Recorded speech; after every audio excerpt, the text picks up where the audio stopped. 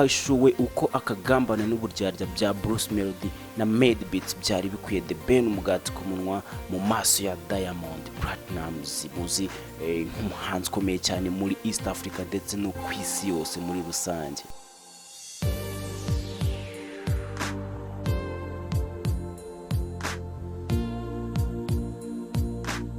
Abakurikirana hafi umuziki w'u Rwanda bakomeje kumva guhangana gukomeye hagati ya Bruce Melody n'abarimo The Ben ndetse muri iyi minsi ibi byakabije umurego binigaragariza muri Tanzania aho abahanzi baherutse kujya gukorera indirimbo. Kwibutsa iyi ni RAMUKA TV wo mukomeje kumva ni Zao Peng the creator Rwanda the creator w'Imana. Ikiganiro bakita bite iwacu, ese iwacu byifashe bite? Murabizi rero tubagezaho amakuru y'ibyamamare bigiye bitandukanye, tukabagezaho amakuru ari gutrendinga cyane ku mbuga nkoranyambaga ndetse n'ibigezweho byinshi bigiye bitandukanye. Kwibutsa wo turakanda subscribe kugira ngo wiyandikishe nk'umunyamuryango uri gucikanwa n'ibintu byinshi, nkusaba kugira ngo ubikore vuba kugira ngo ujye ubona ibiganiro ndetse n'izo nkuru zigiye zitandukanye 5 kuri 5.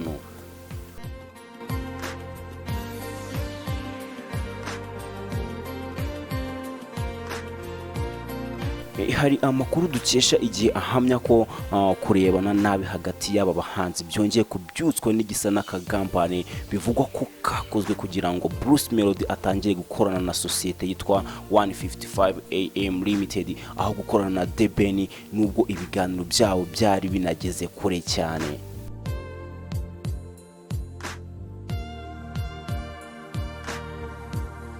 Bruce Melody umaze iminsi muri Tanzania ahari gukorera imishinga itandukanye y'indirimbo. Hari amakuru ahamya ko ari kwifashishwamo na 155 AM Limited irimo abari bifuje gushora imari muri The Ben bikarangira batumvikanye neza. Kuva The Ben yatangira gutegura umushinga w'indirimbo ye na Diamond, benshi mu bamukurikira ku mbuga nkoranyambaga batangiye kumubona n'umusore witwa Coach Gaye usanzwe atuye muri Leta Zunze Ubumwe za Amerika.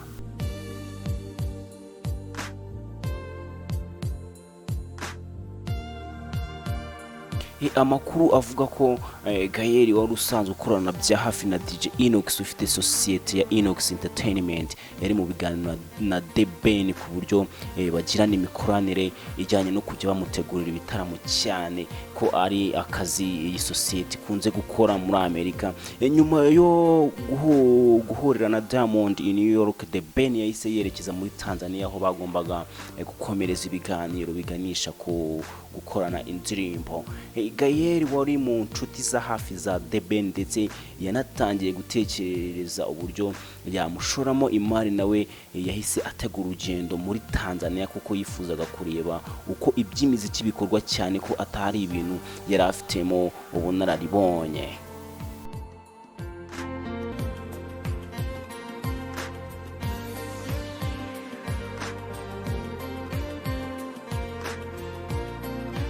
Urugendo rwose The Ben yagenze kugeza akoranye indirimbo na Diamond, Gaye yari amuri hafi yitegereza buri kimwe.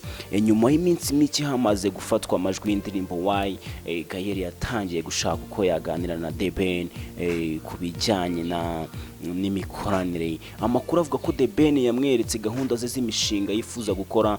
Gaye yayikubita amaso agasanga irahenze ku buryo atarusyaho, maze afata icyemezo cyo kumureka ndetse agenda adasezeye.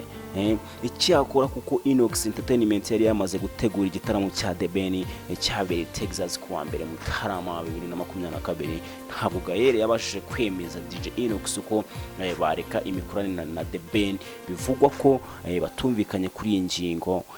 Gaye yagerageje kumvisha DJ Inox ko bakwiye kureka The Ben, undi ntiyabyumva. Yigira inama rero yo gukoresha societe yari asanganywe ya 155 AM Limited ahuriyemo na murumuna witwa Kenny, bagashaka umuhanzi bakorana udasaba byinshi bihenze.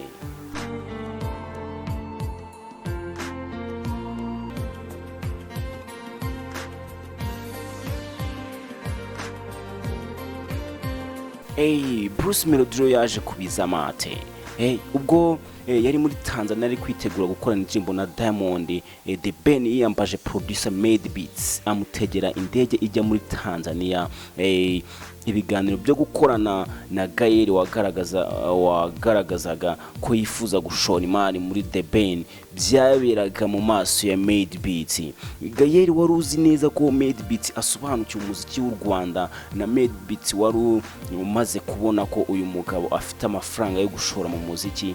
Bahuje umugambi wo gushaka uwo basimbuza The Ben, nguko uko biyemeje kuganira na Bruce Melody. Nibwo Made Beats yahise ajya mu biganiro na Bruce Melody, birangira uyu muhanzi atumijwe muri Tanzania igitaraganya kugira ngo atangire ibiganiro na Gael.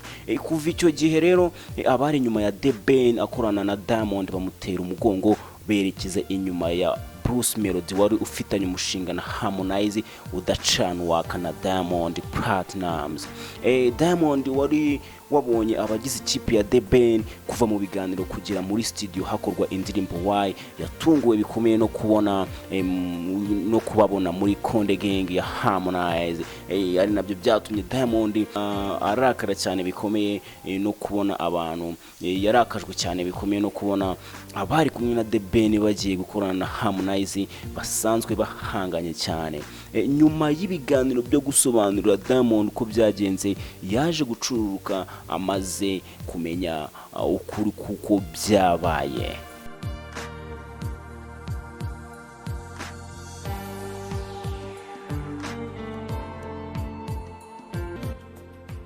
Diamond rero yemeye kurangiza umushinga w'indirimbo ye na The Ben, ndetse benshi bakurikirana umuziki wa Afrika bahamya ko ariyo soko y'imbaraga yashyize muri iyi ndirimbo. Bite by'ahazaza ha Cloud9 Entertainment na Bruce Melody. Benshi mu bakurikirana Bruce Melody batunguwe no kumubona agiye muri Tanzania atari kumwe n'ubuyobozi bwa Cloud9 Entertainment bari baherutse gusinyana amasezerano y'imikoranire. Hari ababihuje no kuba hari hamaze iminsi havugwa umwuka mubi hagati ya Bruce Melody na Cloud9 Entertainment ireberera inyungu ze. Umwuka mubi watangiye kuzamuka cyane nyuma y'igitaramo Bruce Melody yakoze yizihiza imyaka 10 amaze mu muziki. Kuva iki gitaramo cyarangira nta hantu na hamwe Bruce Melody arongera kugaragara mu ruhame ari kumwe na Linda Isaba uyobora Cloud9 Entertainment, ahubwo yatangiye kongera kugendana na Jado Kabanda bakoranaga kuva muri 2015 ubwo yavaga muri Super Level.